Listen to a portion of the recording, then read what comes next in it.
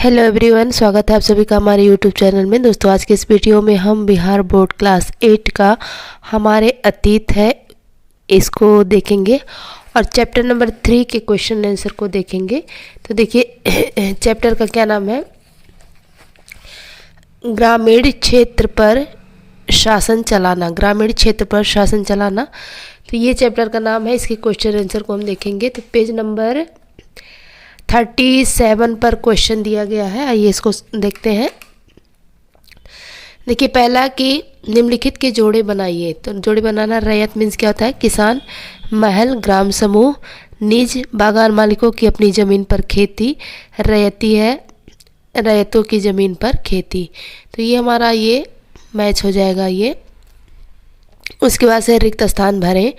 Europe में would उत्पादकों को क्या कहा जाता है, नील से अपनी आमदनी में गिरावट का खतरा दिखाई देता था। तो ये हमारा पहले में नील भरा जाएगा।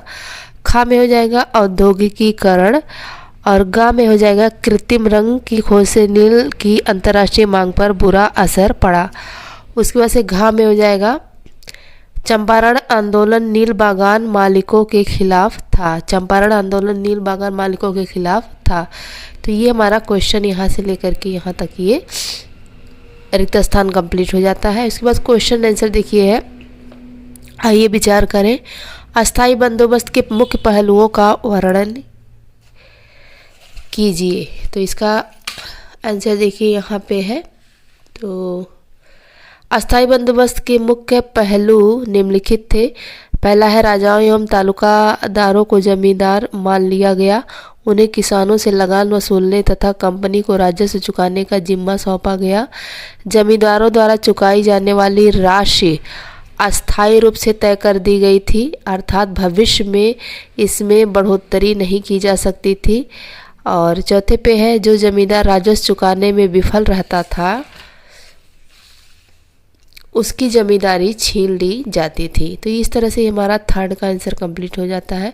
आइए फोर्थ का देखते हैं। महलवारी व्यवस्था अस्थाई बंदोबस्त के मुकाबले कैसे अलग थी। तो इसका आंसर देखते हैं। महलवारी व्यवस्था के तहत ग्रामीण सामूहिक रूप से भूमि के मालिक होते थे और उसके उपयोग और लाभों को साझा करते थे। दूसरी ओर अस्थाई बंदोबस्त भूमि स्वामित्व का एक अधिक व्यक्तिवादी रूप था, जिसमें भूस्वामियों को जागीरें दी जाती थी जिनका वे अपनी इच्छा अनुसार उपयोग और लाभ उठा सकते थे। तो यहाँ से लेकर के यहाँ तक ही हमारा चौथा कंप्लीट हो जाता है। आइए पांचवा देखिए क्या कह रहा है। राजस्व निर्धारण की नई मुनरो व्यवस्था के कारण पैदा हुई दो समस्याएं बताइए। तो देखते हैं। राजस्व निर्धारण की नई मुनरो व्यवस्था के कारण पैदा हुई दो समस्याएं निम्न है।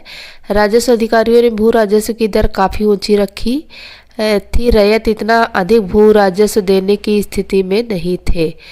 रैयत ग्रामीण इलाकों से भाग गए और गांव कई क्षेत्रों में निर्जन हो गए। तो ये हमारा पांचवें का आंसर यहाँ से लेके यहाँ तक ये दो समस्याएं हो गया। उसके बाद देखिए छठा क्वेश्चन क्या कह रहा है। कह रहा है कि नील की खेती से क्यों कतरा रहे थे। रैयत नील की खेती से क्यों कतरा रहे थे। तो देखिए यहाँ पे 6 का आंसर है। रैयतों को बागान मालिकों द्वारा समझौता करने के लिए बाध्य करना, जिससे उन्हें कम ब्याज दरों पर नगद कर्ज मिल जाता था, लेकिन उन्हें बागान मालिकों द्वारा कम कीमत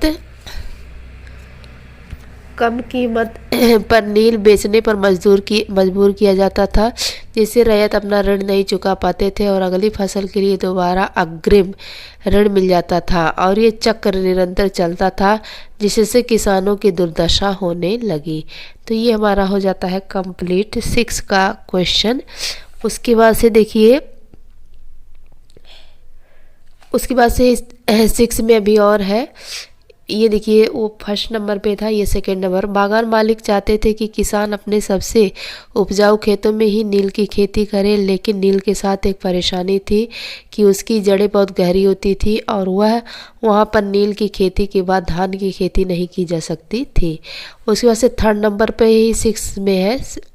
सबसे बड़ी समस्या थी कि नील की कटाई का वक्त एक ही होता था, जिससे किसानों को नील की कटाई के लिए मजदूर उपलब्ध हो पाते थे। तो देखिए यहाँ से लेकर के ये 6 का है, फिर यहाँ से लेकर के ये यहाँ से लेकर के यहाँ तक ये 6 का आंसर कंप्लीट हो जाता है। उसके बाद 7 क्वेश्चन देखिए क्या कर रहा है। किन परिस्थितियों में बंगाल में नील का उत्पादन धाराशाही हो गया।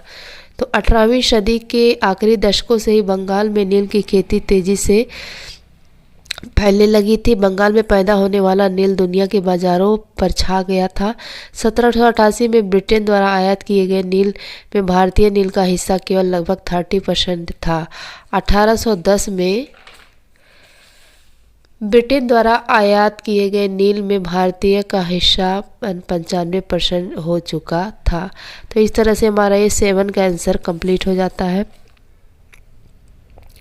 उसके बाद से 8 का आंसर देखिए क्या है। चंपारण आंदोलन और उसमें महात्मा गांधी की भूमिका के बारे में और जानकारी इकट्ठा करें। तो देखिए ये है हमारा आंसर। गांधी जी नील उत्पादन किसानों के विरोध को अपना समर्थन किया। मतलब चंपारण आंदोलन के अलावा क्या क्या किया गांधी जी, वो पूछ रहा है। तो देखिए ये किया, गांधी जी भारत में अपना पहला सत्याग्रह चंपारण से शुरू किया, जो कि नील उत्पादक किसानों के समर्थन में बागान मालिकों के विरुद्ध था। फिर सरकार ने दमनकारी नीति अपनाई और गांधी जी को गिरफ्तार किया गया। अंत में सरकार को झुकना पड़ा और नील उत्पादक किसानों की जीत हुई तथा गांधी जी के सत्याग्रह का प्रयोग सफल रहा। ये हमारा हो गया 8 का आंसर कंप्लीट। 9 का देखिए क्वेश्चन क्या कह रहा कि भारत के शुरुआती चाय या कॉफ़ी बागानों का इतिहास देखो, ध्यान दें किन बागानों में काम करने वाले मजदूरों और नील के बागानों में काम करने वाले मजदूरों के जीवन में क्या समानताएं या फ़र्क थे। तो देखिए क्या समानताएं फ़र्क थे। चाय बागानों में मजदूरों को अनुबंधों के आधार पर रखा जाता था, जबकि नील बागानों में ऐसा नहीं होता था। चाय या कॉफ़ी बागानों में पूरे वर्ष काम होता था, जबकि नील बागानों में फसल कटाई या दवाई के समय अधिक काम होता था। चाय या कॉफ़ी बागानों में पूरे वर्ष काम होता था, जबकि नील बागानों से मजदूर अनुबंध के अवधि के दौरान बागानों से बाहर नहीं जा सकते थे, जबकि नील बागान में ऐसा नहीं होता था। तो ये हमारा चैप्टर नंबर 3 का क्वेश्चन हो जाता है कंप्लीट। नेक्स्ट वीडियो में हम चैप्टर नंबर 4 के क्वेश्चन आंसर को देखेंगे। तो वीडियो कैसा लगा, अगर हेल्पफुल हो तो प्लीज़ इसे लाइक करिएगा, चैनल को सब्सक्राइब करिएगा। वीडियो देखने के लिए थैंक यू, धन्यवाद।